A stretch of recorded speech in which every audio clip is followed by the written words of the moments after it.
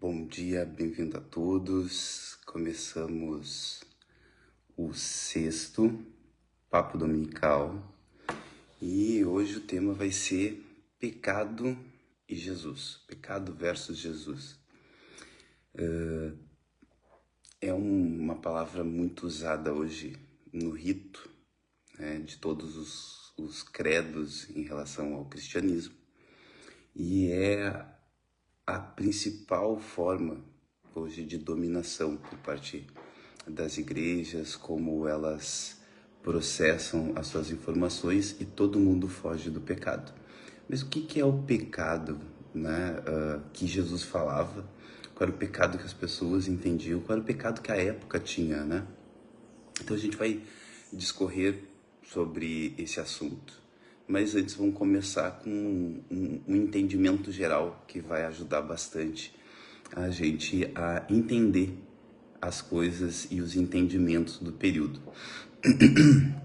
Muitas vezes a gente ouve, né, Jesus nas passagens indo falar com as multidões.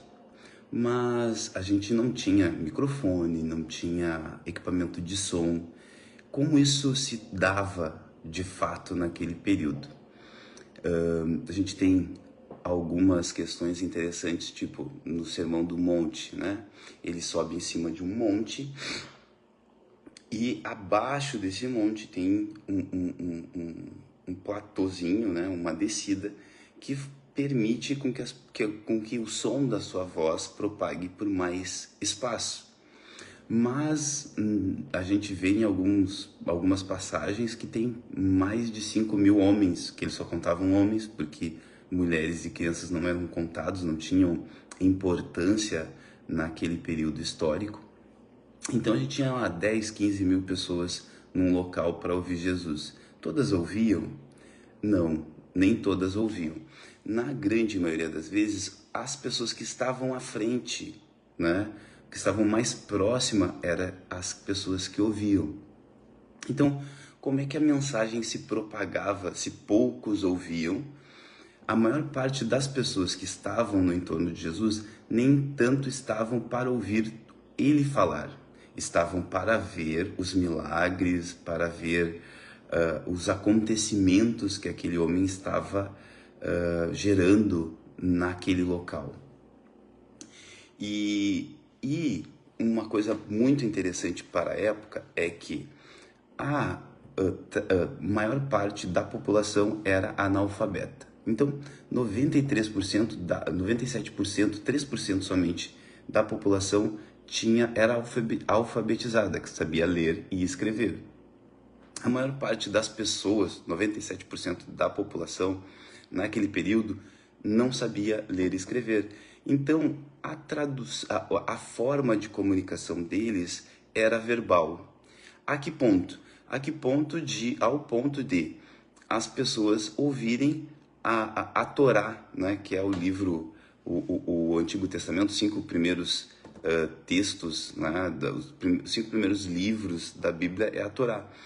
E uma boa porcentagem da população sabia decor os textos da Torá, inclusive para fazer os seus ensinamentos em casa, porque todos estudavam a Torá naquele período. Então, não existia a forma escrita para poder ler, as pessoas memorizavam as informações. E elas memorizavam grandes informações, liam livros e guardavam esses livros de forma... memorizavam esse livro para que eles pudessem transmitir os livros. Então, a maior parte das pessoas naquele período tinham uma memória auditiva, traduzia essa memória auditiva e passava as informações a partir dessa memorização. Por que isso é importante dentro da história e do contexto? Porque quando Jesus falava para os da frente ouviam, sintetizavam algumas frases específicas, ou as mais importantes, e passavam para a pessoa atrás, que passavam para a pessoa atrás, que passavam para a pessoa de trás. Então, criava-se uma espécie de telefone sem fio das informações passando para as pessoas que estavam atrás. Então, a gente vê em alguns momentos que quem ouvia eram as pessoas da frente, mas que toda a multidão ficava maravilhada. Por que toda a multidão ficava maravilhada? Porque pequenos, pequenos trechos da palavra iam passando de pessoa para pessoa, a ponto que todos ouviam e todos se maravilhavam. Então, as palavras que chegavam lá no fim não era o texto completo de Jesus, e sim pedaços de o que Jesus falava. Jesus, sabendo disso, ele faz algo muito interessante. Ele conta a história em parábolas, em historinhas, né? Ele conta as suas passagens e histórias, porque elas ficam mais fáceis de gravar e mais fáceis de transmitir. Outra, ele trabalhava com frases curtas de efeito, né? Vinde a mim as criancinhas, pois elas são o reino dos céus. Essa é uma frase tão de efeito que primeiro, as pessoas nem davam importância às crianças não tinham valor. E Jesus diz assim, não, vinde a mim as criancinhas, que elas são o reino dos céus, que é delas o reino dos céus. O que ela quer dizer? O que ele quer dizer com isso? Ele quer dizer que ele quebra, não importa o que ele quer dizer, mas ele quebra de forma muito objetiva o pensamento que as pessoas têm em relação àquilo. Então isso é uma frase de efeito que corta firme, corta muito firme, e essas frases de efeito, elas conseguem ter uma amplitude muito grande dentro daquela comunidade, porque eles começam a propagar isso e, de uma certa forma, questionar, de uma certa forma, dizer que coisa estranha, né, que esse homem está dizendo. Então, ele usava histórias, ele usava frases curtas, né, de efeito, para causar um impacto e a proliferação dessa informação. E também, muitas vezes, ele repetia o mesmo texto. Para que da repetição do mesmo texto? Para que a partir disso o texto não seja distorcido. Então ele falava uma vez, falava duas vezes, falava três vezes. Então ele falava a mesma pregação, a mesma palavra, muitas vezes, para que tivesse uma reafirmação memorial, para que as pessoas pudessem de fato terem a informação gravada. E aqui também entra um papel fundamental dos discípulos, porque os discípulos ouviam tudo de perto, o que ele estava falando, gravavam essa informação e aferiam a informação com as pessoas. Então, quando as pessoas vinham, elas não vinham diretamente a Jesus perguntar.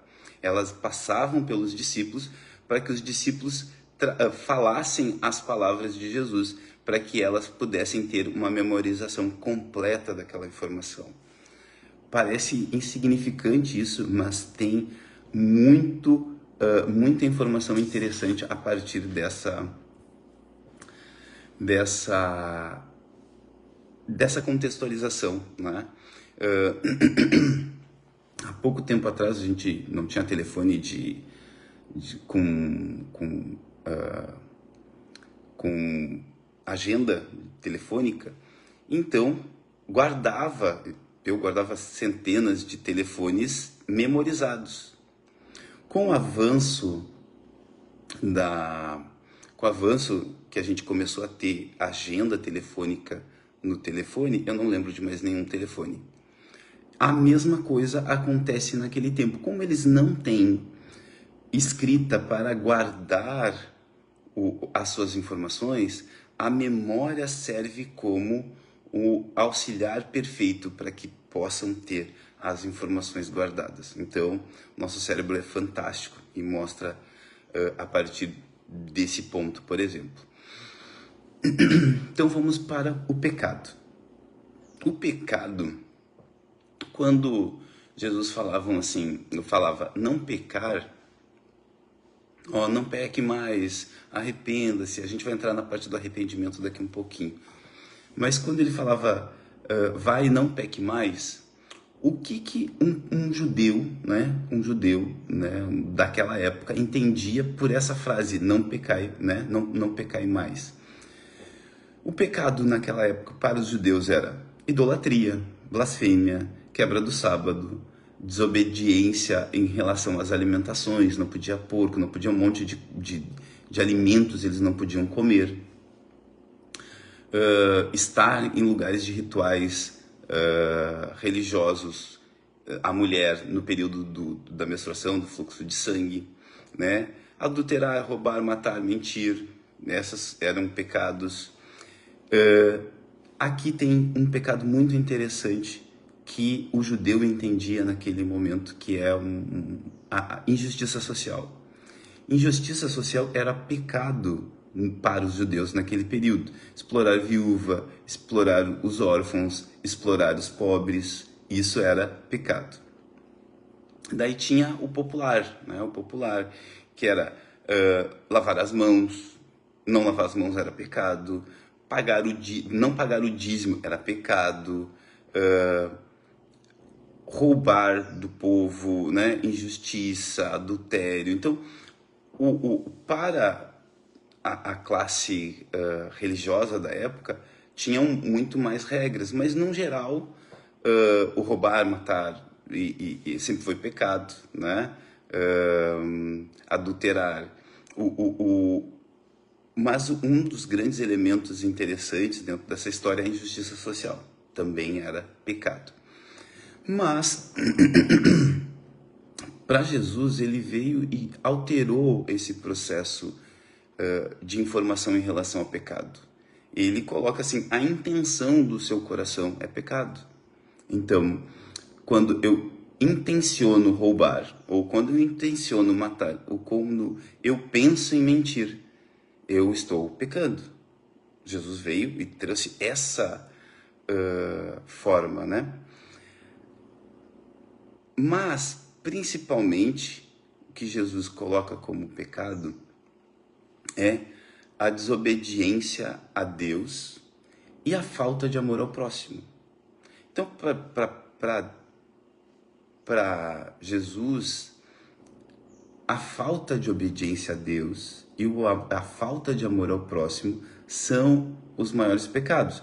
E se a gente colocar a intenção do coração, a gente vê que ele mantém um pouco, né, do conceito do pecado antigo, que é a questão, eu não pode ter, não pode adulterar, tá? Mas não pode desejar adulterar, e isso já é pecado. Então, e o desejar adulterar, eu vou estar fazendo mal para um terceiro. Então, isso também faz parte do amor ao próximo. Então, o amor ao próximo, ele se sobrepõe, ele se sobressai a todas as questões de pecado ao social, ao próximo, ao terceiro. Então, amor ao próximo, ele abarca, ele é um guarda-chuva que abarca todas as outras formas de pecado de fato original. O Jesus, ele traz muito o tema do arrependimento, né? Arrependimento. O arrependimento porque o reino de Deus está próximo. Quando eu era criança, eu ficava muito pensando nessa questão assim, o reino de Deus está próximo, né? E ele fala em alguma passagem que não demorarão os dias, não passarão os dias para que o reino de Deus chegue. E isso nunca foi muito claro na minha cabeça, muito em função de que a gente coloca o reino de Deus vindouro como um tempo que o céu vai chegar à terra.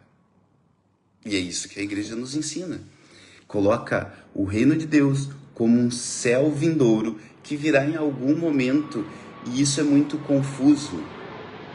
É muito causa muita confusão, pelo menos para mim causou muita confusão.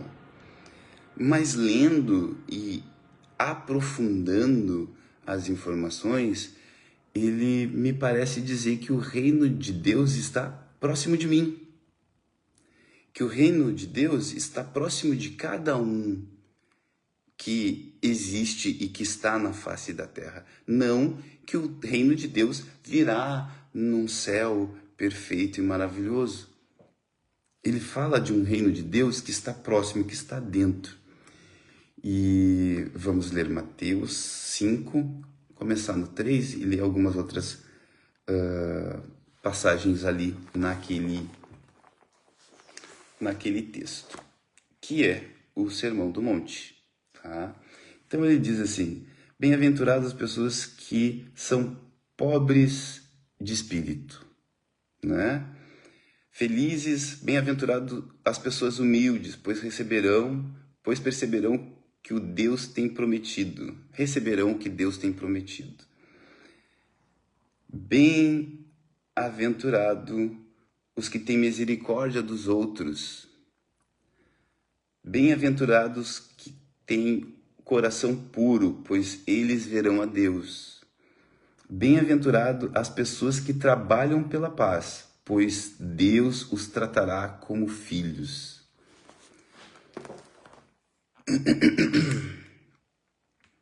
Bem-aventurados são os que fazem a paz, bem-aventurados são aqueles que sofrem pela justiça, bem-aventurados aqueles que são puros de coração.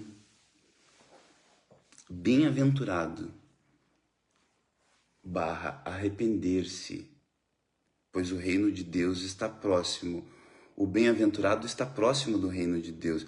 Então, o bem-aventurado e o reino de Deus estão próximos, e o arrependimento era para chegar-se ao reino de Deus. Essa informação, ela está muito distante do que a gente vive. Se os bem-aventurados, os felizes, aqueles que estão próximos ao reino de Deus, são aqueles que têm o coração puro, são aqueles que trabalham pela paz, são aqueles que trabalham pela justiça. Que justiça? A justiça do reino de Deus, a justiça que Deus, que Jesus está falando. Se isso é a informação real, por que a gente está dentro das igrejas trabalhando numa separação das pessoas? Se o reino de Deus, ele é dos que fazem a paz, por que eu faço guerra? Essa semana eu fui, de uma certa forma, confrontado, né? Porque o que eu tenho falado tem sido colocado muito como não faça, não faça, não faça, não faça. E daí me perguntaram, o que fazer então? E de coração, não é? Eu digo que o que a gente precisa fazer é arrepender-se, como Jesus fala, mas arrepender-se de quê? Arrepender-se, primeiramente, o arrependimento, tu tem que abrir o coração. Abrir o coração, abrir o entendimento, para que a gente possa ir para um lugar teu, um lugar seguro, um lugar que tu se sinta confortável.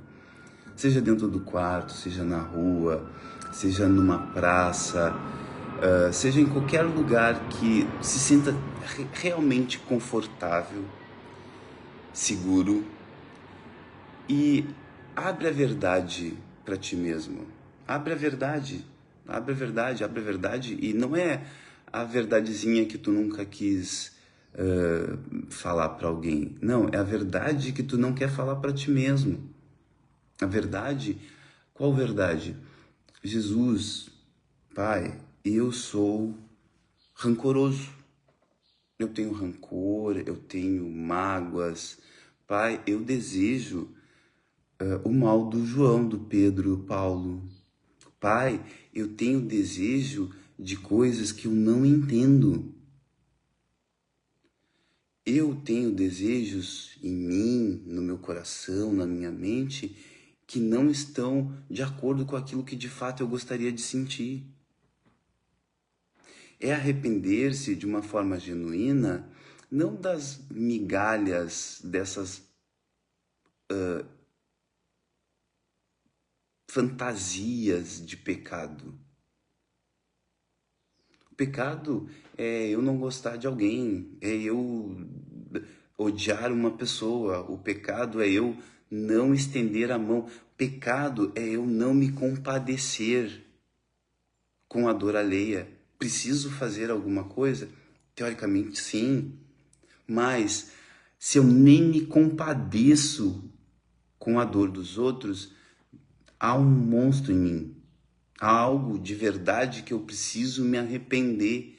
Não é uma conversão de mudar a minha roupa, mudar a roupa, o estilo de música que eu estou ouvindo. Não é esse tipo de conversão que Jesus estava falando. E sim uma conversão genuína do coração, de eu sofrer com a injustiça, de eu querer e promover a paz de qualquer sorte.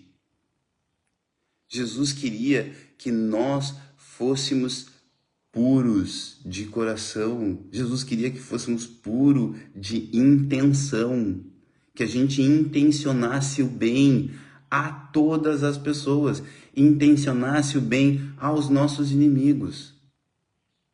Esse arrependimento, ele tem que ser genuíno de dentro e eu olhar para os meus monstros. Eu ir para dentro de mim e entender que eles existem e que não é eu botar a Bíblia embaixo do braço que vai matar alguma coisa e que eu vá ficar com aquela fantasia de pecado que a igreja me mostra como se fosse o único que eu tenho. Não adianta, a gente precisa ir muito mais profundo, a gente precisa, de fato, aprender a amar as pessoas. O amor, ele é totalmente contrário à soberba e ao ego. A pessoa que ama, ela é humilde, ela não é soberba. A pessoa que ama, ela produz o amor. A pessoa que ama, ela não precisa do status, ela só precisa do amor. A pessoa que ama, ela perdoa os outros, perdoa a si mesmo por todos os erros que cometeu. Perdoa as pessoas pelos erros que elas cometeram, pelos erros que elas não cometeram ainda. O amor é muito mais profundo do que essa história romântica que a gente criou. Ah, eu amo João. Não. Eu preciso me amar. Eu preciso me perdoar. Eu preciso perdoar a todos em nome do amor. O perdão e o reino de Deus, o reino de Deus que Jesus fala, é uma coisa só. O perdão e o reino de Deus que Jesus fala é uma coisa só. Não há como eu amar sem perdoar e não há como eu perdoar sem amar. E cada vez que eu perdoo e amo, eu me aproximo do reino de Deus. O reino de Deus é se aproximar do amor, é se aproximar do perdão, é se aproximar da justiça, é se aproximar da paz. O reino de Deus nada mais é que uma mensagem maravilhosa de transformação social a partir da mudança individual de cada ser. A partir do amor, do perdão, da justiça e da paz. Amor, perdão, justiça e paz. É só isso que eu preciso. Não preciso ficar viajando em pecados imaginários, em pecados dogmáticos. Não, eu preciso amar. Eu preciso amar. Que o desamor é o maior pecado. Então, temos de fato a coragem de ir para nosso canto, para o nosso espaço e se abrir para quem? Para Deus. Não precisa mais ninguém. Se abrir de verdade. Se abrir apontando os seus desafetos, seus desamores, as suas guerras. A gente precisa desse ponto, esse espaço de arrependimento. O que Jesus estava querendo era um arrependimento de um outro nível, de um nível que a gente possa, de fato, viver em harmonia, viver em irmandade. A igreja do primeiro século mostra muito isso, que não importava quem chegasse, quem chegava era abraçado, e o amor era ensinado, a partilha era ensinada, a alegria era ensinada, o sofrimento era ensinado. Então, tudo fazia parte, todos que estavam e que chegavam faziam parte de fato de uma irmandade, de uma família. Família essa com amor que não aponta o dedo, que não fica dizendo tu estás errado. Uma família que abraça e a partir do amor, o amor transforma.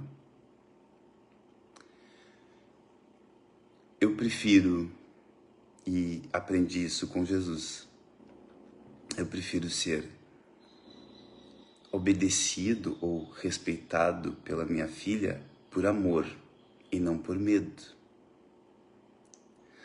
Se você está na igreja e respeita ou obedece às regras pelo amor de que estou fazendo isso porque realmente eu me importo com Jesus, esse é o amor.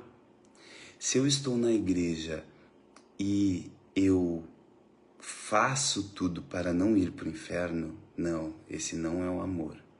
Esse é o teu ego, esse é o teu orgulho, essa é a tua vaidade que está sendo utilizada para te prender num sistema. Jesus não é sistema. Jesus é amor, é perdão, é justiça e paz. Que tipo de justiça Jesus é? A justiça do amor, não a justiça de acordo com os homens ou de acordo com a lei de Moisés. Não é a justiça do olho por olho, dente por dente. É a justiça do perdoai. E perdoai, e perdoai, e perdoai. É uma justiça diferente da que entendemos. Não é a justiça humana do nosso século, que aponta os erros e diz: tu merece morrer, tu não merece morrer, tu merece ficar recluso, tu não merece ficar recluso. Até porque a justiça do nosso tempo, a morte e a reclusão da justiça não são para todos. São para aqueles que não têm condições de se defender. São para aqueles que não têm condições ou não têm amigos em lugares altos da sociedade. A justiça de Jesus é para todos. A justiça de Jesus é o amor, é o perdão, é a paz. E para finalizar, a gente vai fazer uma oração. Uma oração bastante interessante para os momentos que a gente vive e para as palavras que eu falei agora, porque eu vou orar pelo presidente Trump nesse momento. Até porque Jesus diz: orai por todos e orai principalmente por seus inimigos. Trump é inimigo? Sim, o Trump é o inimigo. O Trump é o inimigo da humanidade. Ele é, hoje, um inimigo da civilização. Ele é um inimigo do planeta e de todas as pessoas que estão no planeta, tirando o seu círculo muito pequeno de amigos. Então, Senhor Jesus, Muito obrigado pelo teu amor, pela tua graça, pela tua misericórdia. Pai, nesse momento eu peço uma oração especial pelo presidente Trump, pelo presidente dos Estados Unidos da América, Pai. Pai, que ele acabe ou que cure essa doença mental, essa doença intelectual, essa doença emocional que esse homem tem, Pai. A palavra dele hoje no nosso planeta tem muito poder. Tem o poder de destruição, tem o poder da miséria, tem o poder da perseguição, Pai. Então, Pai, chegue ao coração do Trump e mude o coração desse homem, Pai, que é imundo, Pai. A soberba tomou conta, o ego tomou conta e está fazendo muitas pessoas sofrer nesse momento no planeta, Pai. Seja com fome, seja com destruição. Pai, que esse homem seja alcançado pelo teu amor genuíno e transforme o coração desse homem que está com a intenção de destruir pessoas, que está com a intenção de fazer a fome chegar em cada cantinho desse planeta, Pai, que está com a intenção de fazer guerras, de fazer coisas horríveis nesse planeta, Pai. E eu oro não por mim somente, Pai, mas eu oro por cada pessoa que tenha dificuldade, por cada pessoa que seja frágil dentro desse planeta, Pai, que vai ter o seu sustento cortado ou que vai ter sua casa destruída, que vai ter sua família morta simplesmente por um coração imundo, Pai. Então, lava o coração, lava a mente desse homem para que ele de fato se torne um ser humano e que se aproxime um pouquinho, Pai, que seja do teu reino, que ele se aproxime um pouquinho, Pai, que seja de ser uma pessoa decente, Pai. Eu te clamo e espero que mais pessoas te clamem por essa pessoa, por essa mente, por esse coração, que ele se transforme e mude o curso da história horrorosa que ele está fazendo em nosso planeta, Pai. Pai, obrigado.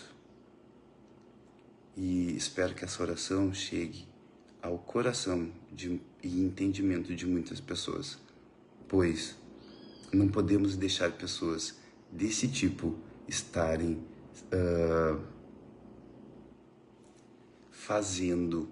decidindo as coisas do nosso planeta e do nosso povo. Muito obrigado a todos, tenham um ótimo domingo.